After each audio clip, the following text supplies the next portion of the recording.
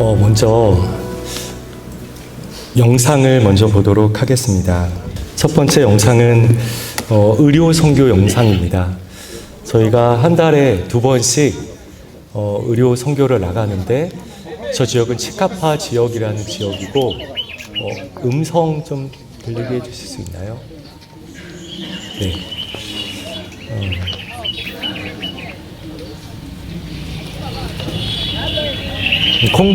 콩고에 지금 그 사역하는 그 현장 모습입니다. 말라리아 지금 검사하는 거고요.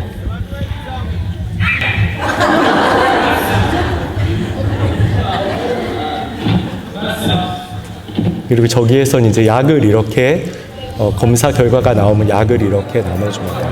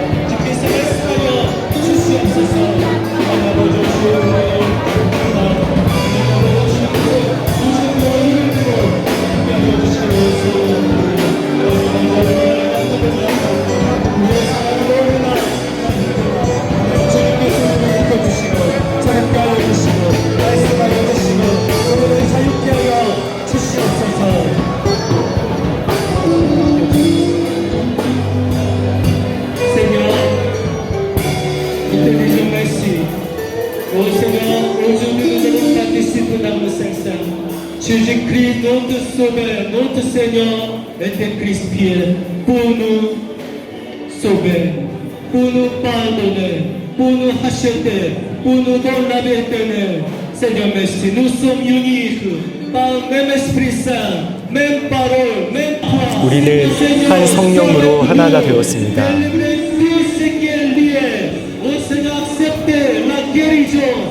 하나님 우리를 치료하여 주시고 우리를 자유케 하여 주시옵소서.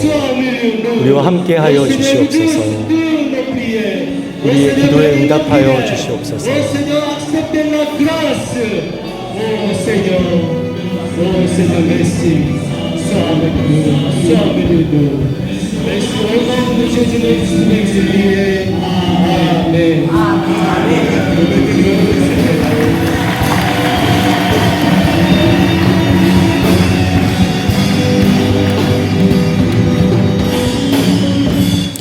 춤도 열정적으로 추는데 기도도 열정적으로 이렇게 합니다. 제가 이제 저 교회가 사랑받는 자의 교회인데 사랑받는 자의 교회를 이제 개척하고 얼마 안 지나서 한 성도가 이제 자기 집에 와서 예배를 드려줬으면 좋겠다고 하는 거예요. 그래서 이제 그 집에 갔습니다. 그리고 예배를 드리고 이제 이렇게 교제를 하는데 그리고 나서 저에게 목사님 저희 집에 오셨으니까 자기가 선물을 준비했다는 거예요. 그리고 그 선물을 저에게 주었습니다. 그것이 무엇이었냐면은 땅강아지였어요. 땅강아지. 땅강아지를 저한테 주면서 맛있게 드세요 그러는 거예요. 콩고는 땅강아지가 건기에서 우기가 될 때에 이 땅강아지가 땅에서 위로 올라와요. 그리고 그것을 땅을 파서 잡습니다. 그리고 저것이 이제 식량이 부족하니까 단백질 섭취에 아주 좋은 그러한 땅강아지입니다. 그런데 저거를 가지고 이제 제 마음에 이거를 먹을 수 있나, 먹어야 되나 말아야 되나 고민이 되는 거예요. 여러분 먹어야 됩니까? 말아야 됩니까? 먹어야 되죠. 결론은 나 있어요. 먹어야 되는데 어떻게 먹을까 고민을 하다가 이제 아내에게 여보 이거를 선물로 받았는데 어떻게 요리를 해줄 수 있습니까? 하니까 자기가 한번 해보겠다는 거예요. 그래서 이 계란물을 이렇게 묻혀가지고 기름에 이렇게 튀겨가지고 저한테 줬어요. 먹으라고. 그래서 저랑 그때 이제 저희 둘째가 어렸었는데 아무것도 모르는 그 아이니까 그거를 둘이 먹었어요. 근데 한번 이렇게 먹는데 맛있는 거예요. 탕수육처럼 맛있는 거예요. 혹시 여러분들 땅강아지 먹어보신 분 있으십니까? 오, 있으세요? 60년대, 70년대에, 그쵸? 예. 와. 이렇게 땅강아지를 본 사람, 잡은 사람들은 많은데, 먹은 사람들은 정말 많지 않았어요. 그리고 저거를 이렇게 먹는데 저 뒷다리가 굉장히 강한데, 이에 딱 껴가지고 안 빠지는 거예요, 그게. 정말로 안 빠지는 거예요, 막. 그래도 이제 잘 먹었습니다. 그리고 주일날 되어서 예배를 마치고 그 성도가 이렇게 지나가는데 인사를 하고 제가 이렇게 이야기해 줬어요. 준 선물 땅강아지 너무 잘 먹었습니다. 그런데 그게 실수였습니다. 제가 신방 가는 곳마다 땅강아지를 계속 주는 거예요. 땅강아지. 와, 이제는 이 차 안에서 이 땅강아지 소리가 스르륵 스르륵 스르륵 나는데 이거를 이제 혼자 감당할 수 없어서 이제는 다 나눠가지고 이렇게 먹었습니다. 그런데 저 땅강아지 사건으로서 우리 성도들의 마음이 조금씩 열렸어요. 우리 선교사님도 우리와 같이 땅강아지를 먹는다, 땅강아지를 좋아한다 하면서 그 마음이 조금씩 열렸습니다. 여러분, 오늘 본문에서 바울과 실라는 이제 아시아 선교 계획을 가지고 있었습니다. 그래서 그곳을 위하여 준비하였을 것이고 또 그곳을 향해서 함께 어떠한 계획을 세우고 나갔을 것입니다. 그런데 비두니아에서 주의 성령이 그들이 가는 것을 허락하지 않았습니다.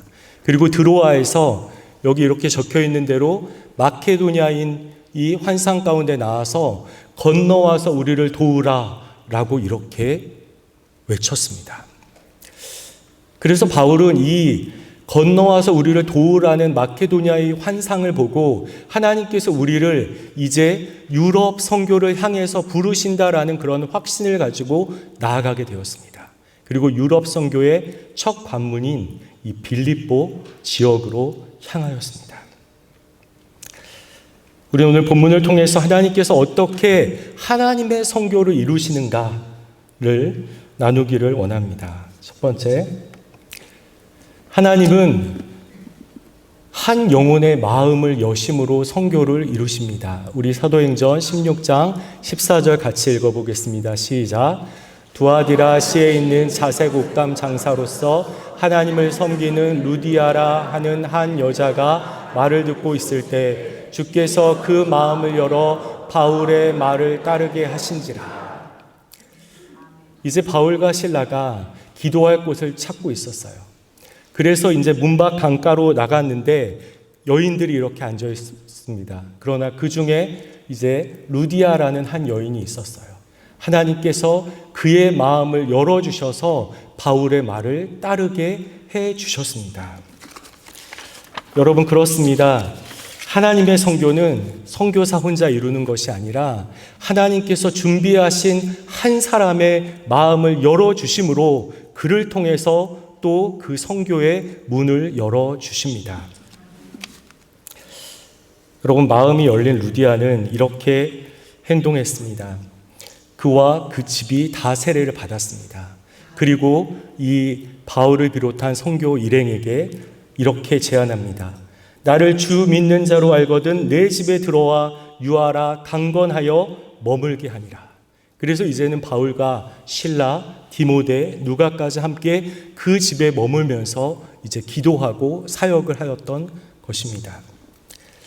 그러나 이제 갑작스러운 이 선교 지역 변경으로 인해서 바울과 실라는 그 지역의 문화와 그리고 그들의 필요에 대해서, 주민들에 대해서 잘 알지 못하였을 것입니다. 그들의 문화와 관습, 그들의 진정한 필요, 그들의 어떠한 그 묶임들, 견고한 진들, 그리고 선교의 접촉점 등 그런 것들을 잘 알지 못했을 것이에요. 저도 콩고에 들어갔을 때 그들의 문화를 잘 알지 못해서 굉장히 부끄러웠던 일이 한 번 있었습니다. 이제 들어가서 얼마 안 되었을 때 잠비아에도 콩고 교회가 있다고 해서 이제 저희는 처음에는 루분바시라고 이 콩고의 남부 지역으로 먼저 파송이 되었습니다. 그런데 그 밑에 잠비아라는 나라가 있는데 그곳에 이제 콩고 교회가 있다고 해서 저에게 세미나를 부탁해서 그곳을 향해 갔습니다. 그런데 그 목사님이 저한테 이렇게 얘기하는 거예요. 우리 교회에 오셔서 세미나를 인도해 주시니까 우리 교회에서 숙식을 제공해 주겠다는 거예요. 원래 이 콩고 교회에서 이렇게 숙식을 제공하기가 어렵습니다. 그런데 제가 그 얘기를 듣고 나는 선교사고 자비량 하니까 괜찮다고 했어요. 그랬더니 우리 교회 방침이니까 좀 따로 줬으면 좋겠다는 거예요. 그래서 숙식을 제공해 주기로 했습니다. 그리고 이제 그곳에 가서 점심에 정말 콩고식으로 저번에 보신 대로 그런 식탁을 쫙 준비해 가지고 맛있게 먹었습니다. 그리고 저녁에 이제 세미나를 마치고 이제 게스트하우스로 돌아갔는데 한 8시가 되었는데 연락이 안 오는 거예요.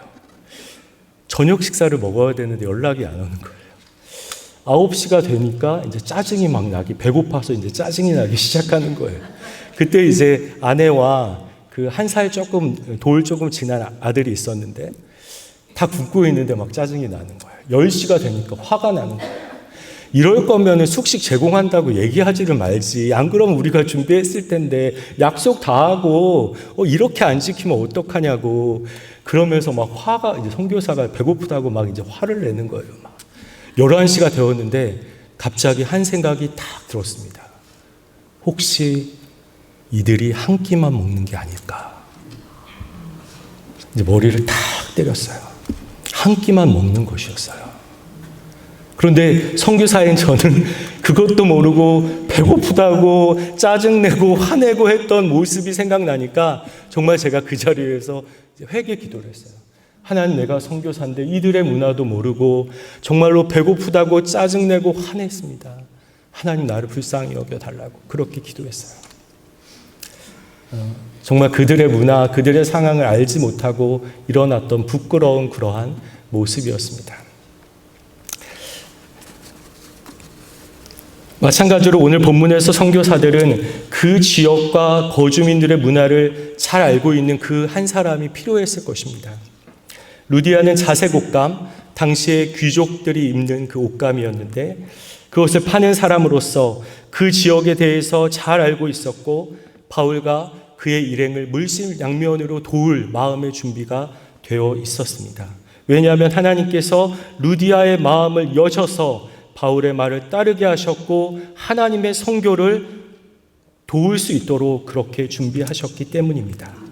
그로 인해서 루디아의 집에서 빌립보 교회, 이 가정교회가 시작하게 되었습니다. 콩고에 처음 이제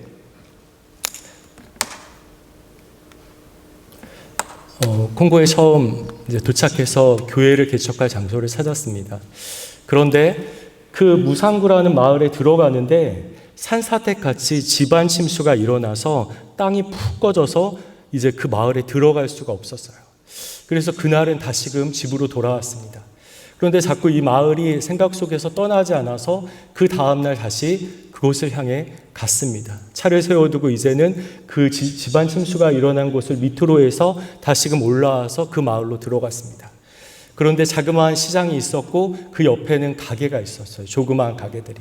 근데 그 첫 번째 가게에 들어갔는데 그 가게가 시멘트를 파는 가게였어요. 그리고 저기 그 왼쪽에 있는 이 청년, 블레즈라는 청년을 만났습니다. 어저께 이제 가정 예배 드렸던 그 사람 처음 만났을 때 저 모습이었어요.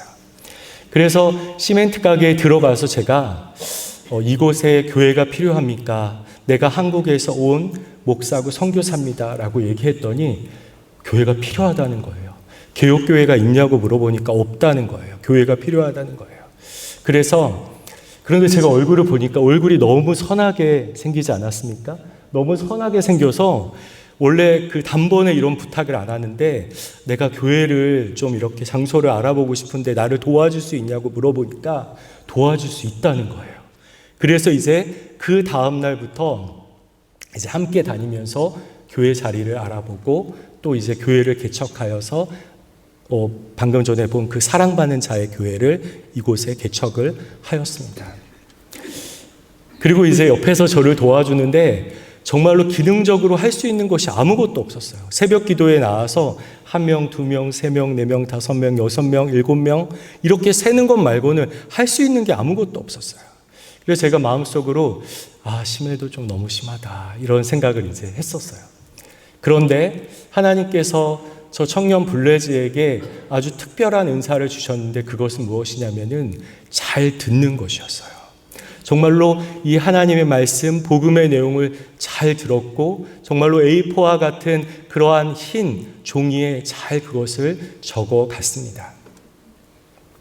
그리고 이제 저와 함께 그때 새벽 기도에 나오면 저희가 이제 한 주에 2구절씩 성경 암송을 했어요.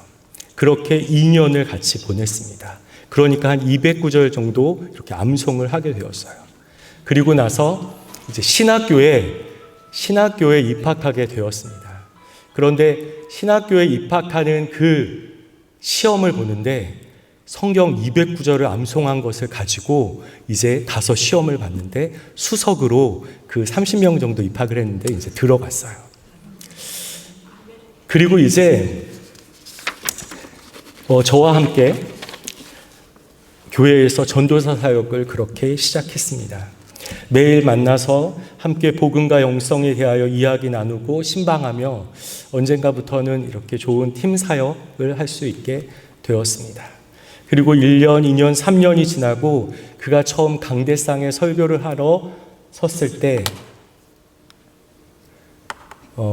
저렇게 섰을 때 우리 성도들이 이제는 그를 시멘트 장수로 바라보는 것이 아니라 한 명의 복음 전도자로 바라보고 있었습니다. 그리고 이제 한 4년 정도 되었을 때 제가 물어봤어요.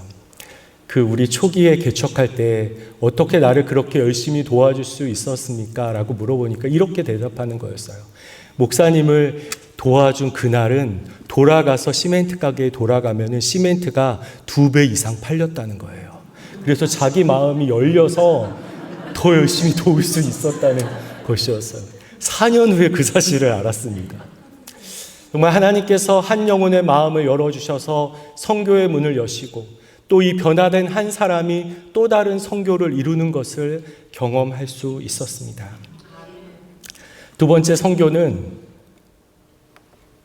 고통 가운데 하나님께서 그의 선교를 이루어 가십니다. 우리 22절, 24절 같이 읽겠습니다. 시작. 우리가 일제히 일어나 고베라 상관들이 옷을 찢어 벗기고 매로 치라 하여 많이 친 후에 옥에 가두고 간수에게 명하여 든든히 지키라 하니 그가 이러한 명령을 받아 그들을 깊은 옥에 가두고 그 발을 착고에 든든히 채웠더니 여러분 바울과 실라는 성령의 인도 가운데 이 마케도니아에 있는 환상 저 음성을 듣고 이제 빌립보 지역을 향해 갔습니다. 정말로 그들은 하나님께서 이곳을 원하시고 우리를 이곳에 부르셨다라는 확신을 가지고 갔을 것이에요. 그리고 하나님께서 그 선교의 문을 열어주셔서 정말로 잃어버린 영혼들이 주께 돌아오고 회개의 역사가 일어날 것을 기대했을 수 있습니다. 그러나 그들 앞에 다가온 것은 오히려 고통이고 어려움이고 문제들이었습니다. 점치는 한 여인을 자유케 한 사건으로 인해 그 주인의 유익이 끊기자 이제 저 말씀과 같이 그들을 고발하여 매를 때리는데 실신하기까지 그렇게 때립니다. 그리고 손발을 착고에 묶게 하고 그리고 이제 감옥에 갇히게 됩니다. 여러분 하나님의 선교는 어떻게 이루어집니까? 복음은 어떻게 전하여집니까? 우리가 그것을 깊이 들여다보면 그 공통점을 발견할 수 있는데 복음은 하나님의 선교는 고통 가운데 이루어집니다. 저희가 이제 주일 예배를 마치고 이제 제가 사무실에 가면은 정말로 그 성도들이 아이들을 이렇게 안고 저희 방에 많이 찾아왔어요. 그리고 이렇게 이마에 손을 대면 고열이었어요. 말라리아였습니다. 그래서 그 아이를 위하여 기도하고 또 말라리아 약을 사 먹을 수 있는 그 재정을 이렇게 주었어요. 그리고 우리 교회에 어떠한 기도 제목이 있었습니다. 하나님, 우리 교회에 말라리아 센터를 허락해 주셔서 이 어린아이들이 제대로 치료받을 수 있도록 그렇게 해주십시오. 그렇게 기도했습니다. 근데 정말로 하나님의 은혜 가운데 말라리아 이름을 말짱센터라고 했는데, 왜냐하면 말라리아 장티푸스 센터에서 말짱센터라고 이렇게 정했습니다. 그렇게 이제 말짱센터 의료 선교를 시작하게 되었습니다. 그런데 얼마 안 지나서 이제 아내와 함께 장을 보고 있는데 너무 힘이 쫙 빠지는 거예요. 그래서 그 밤에 이제 집에 가서 말라리아 검사를 했더니 말라리아였어요. 2줄이 나왔어요. 근데 그날 밤부터 열이 오르는데 40.6도까지 이제 열이 오르더라고요, 제가. 그리고 이제 너무 이제 오한이 와서 양발을 2컬리 신고 가장 두꺼운 옷을 입고 이불을 덮고 있는데도 정말 부들부들 막 떨리는 거예요. 제가 그때 느꼈던 것은 죽음의 문턱에 서 있는 것 같은 그러한 정말 느낌이었어요. 그리고 이제 그 모습을 보여주기 싫어서 이제 방에 이렇게 갇혀서 계속 있었습니다. 그리고 그 밤에 의자에 앉아서 이런 기도가 자연스럽게 나오는 거예요. 왜 하나님 나에게 이러한 고통을 주십니까? 근데 아무런 음성이 없는 것 같았어요. 둘째 날 되었고 저녁이 되었는데 또 그 열이 오르기 시작하고 오한이 또 오기 시작했습니다. 그리고 말라리아에 걸리면은 한 가지 증상이 있는데 무력감이에요. 내가 왜 여기에 있지? 내가 왜 콩고에서 이렇게 힘들게 살아야 되지? 막 이러한 마음이 한 번도 생긴 적이 없었는데 말라리아에 걸리니까 그런 마음이 생기는 거예요. 무력감이 생기는 거예요. 그리고 이제 그 전날과 같이 앉아서 기도했습니다. 하나님, 왜 나에게 이러한 고통을 주십니까? 그런데 그때 마음속에서 이러한 울림이 있었어요. 이렇게 콩고의 어린아이들이 이 말라리아로 죽어가고 있다. 근데 눈물이 이렇게 주르륵 흐르는 거예요. 하나님께서 정말로 이 죽어가는 영혼들, 말라리아로 고통받는 이 영혼들을 향한 하나님 아버지의 마음이 정말 느껴지기 시작했습니다. 그래서 그 콩고 현지인들이 2020년 통계를 보면은 1년에 65,240명이 사망하고 이것은 아프리카에서 두 번째로 높은 사망률입니다. 그리고 사망 인원의 49%가 5세 미만의 어린이들 그리고 임산부였어요. 서구 열강이 정복하지 못한 것이 딱 한 가지 있었는데 그것은 바로 이 작은 말라리아 모기를 정복하지 못했습니다. 그들도 동일하게 다 죽어갔습니다. 여러분, 이렇게 제가 이러한 고통을, 어려움을 경험하고 나서 이제는 우리 말라리아 센터에서 0세에서 5세까지 아이들은 먼저 선진료, 가장 중요한 것은 빠른 접근성. 이들이 이 말라리아에 걸리고 장티푸스에 걸렸을 때 정말로 이 어린아이들은 사망률이 높기 때문에 이제 그들은 무조건 진료부터 해주는 것으로 다 바꿨어요. 그런데 이것으로 부족했습니다. 그래서 그 후로 이제 이렇게 이동진료, 아까 전에 여러분 보신 대로 이동진료를 이제 나가게 되었습니다. 우리 말라리아 센터 의사와 간호사, 검사원, 그리고 이제 우리 교회 사역자들 함께 해가지고 저렇게 교회, 4개의 교회를 중심으로 해가지고 이제 그 선한 사마리아인 사역이라고 하여서 이동진료를 이렇게 나갔습니다. 예수님께서 정말로 긍휼, 그 애타는 마음으로 그 중풍병자, 나병 환자, 이 환자들에게 다가가신 것처럼 우리도 동일하게 주님의 그 긍휼로 이 질병으로 인해서 고통받는 영혼들에게 나아가자라는 그러한 마음으로 이제는 다가가는 이 의료 선교를 하게 되었던 것입니다. 작년 2023년도에 의료 선교를 돌아보았습니다. 이 전체 이 사마리아인 사역에서는 1,546명이 진료를 받았고 그 중에 58%, 890명이 말라리아였습니다. 그러나 정말로 진료를 받고 치료약을 먹고 그리고 다 회복이 될 수 있었습니다.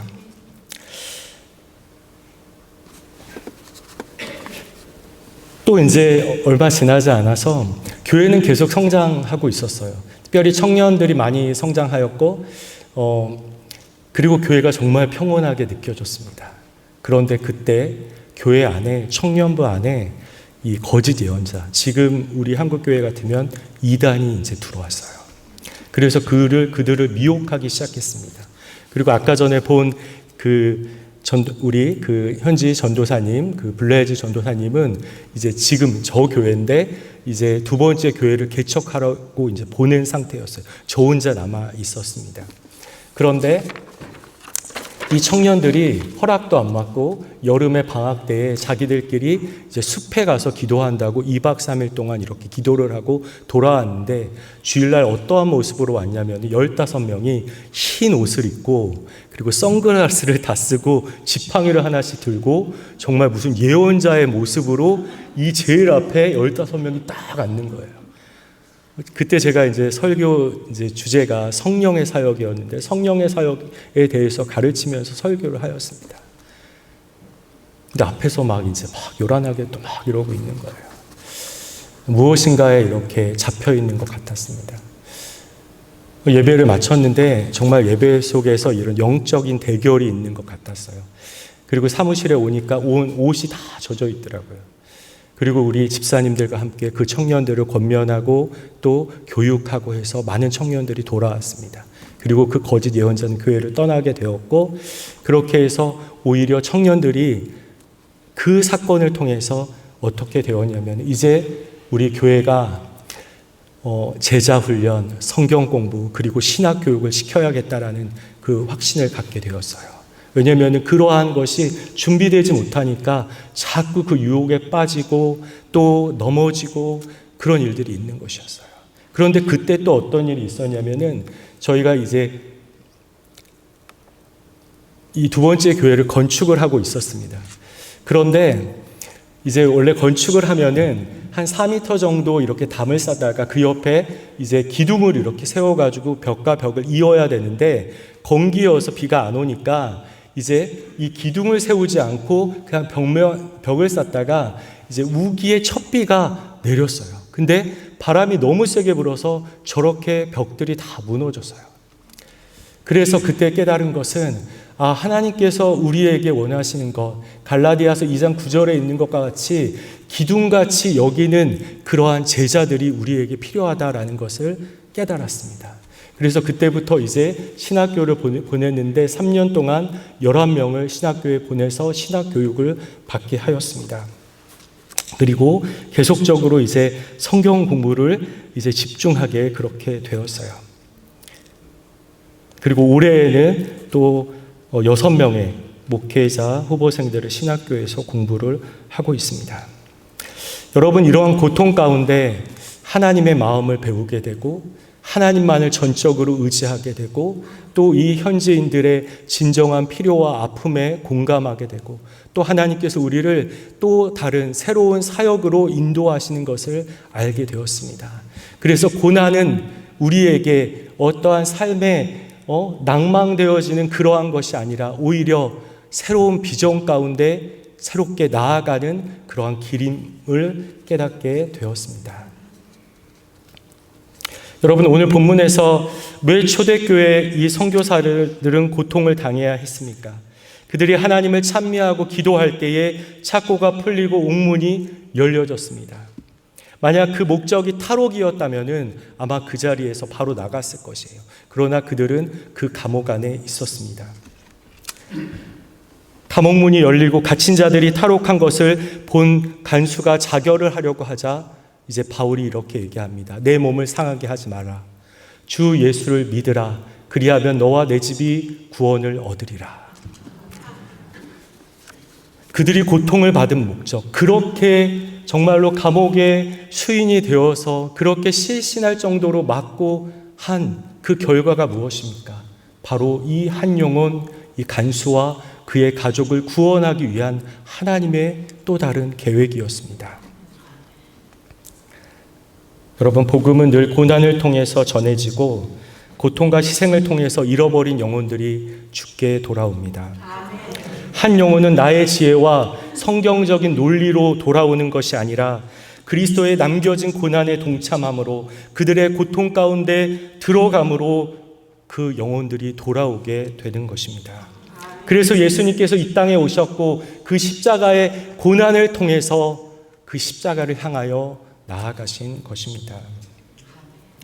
여러분, 세 번째는 모든 것이 합력함으로 그 성교를 이루십니다. 우리 33절, 34절 같이 읽어보겠습니다. 시작. 그 밤 그 시각에 간수가 그들을 데려다가 그 맞은 자리를 씻어주고 자기와 그 온 가족이 다 세례를 받은 후 그들을 데리고 자기 집으로 올라가서 음식을 차려주고 그와 온 집안이 하나님을 믿음으로 크게 기뻐하니라. 이제 예수 그리스도를 믿게 된 이 간수와 그의 가족들, 그들이 무엇을 했냐면은 이제 물을 떠다가 채찍에 맞은 이 바울과 실라를 씻겨줍니다. 그리고 바울은 물을 가져다가 이 간수의 영혼을 세례를 통해서 씻겨줍니다. 상호, 정말로 역선교가 그 안에서 이루어지고 있는 것이에요. 여러분, 그렇습니다. 하나님께서 원하시는 것은 합력함으로, 서로 합력함으로 그의 선교를 이루기를 원하십니다. 그때에 진정으로 하나님께서 영광을 받으십니다. 어저께 이제 이 빌립과 내시가 있을 때 세례를 받고 빌립은 하나님께서 정말로 이 공간 이동 되듯이 이렇게 데려가셨어요. 그렇게 한 이유는 오직 하나님의 영광만이 나타나기 위함이었습니다.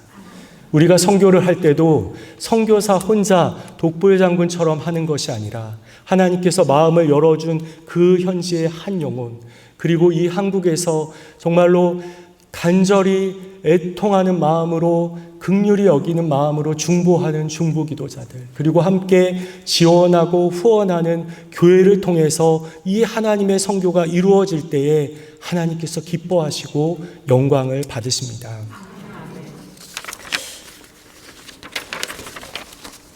사랑하는 성도 여러분, 하나님께서 한 여인 루디아의 마음을 여셔서 선교의 문을 열어주셨고, 고통 가운데 한 영혼, 그의 가족이 구원을 받고, 또 모든 것이 합력하여 선을 이룸으로 하나님의 선교를 이루어 가심을 발견합니다. 하나님께서 우리의 마음 또한 열어주셔서 루디아와 같이 주의 사역을 전심으로 감당하고 고통 가운데서 하나님의 선한 역사를 이루고, 또 모든 것이 합력하여 선을 이룸으로 오직 하나님의 영광만이 나타나기를 원합니다. 기도하겠습니다.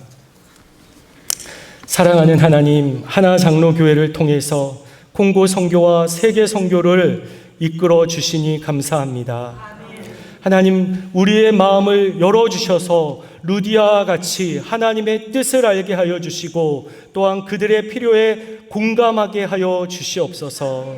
긍휼로 다가가시는 하나님의 마음을 배우고 그리스도의 남겨진 고난에 동참함으로 한 영혼, 한 가족, 한 나라를 얻게 하옵소서. 합력하여 선을 이루어 하나님의 기쁨이 되고 영광이 되는 선교를 하게 하여 주시옵소서. 예수님의 이름으로 기도드립니다. 아멘.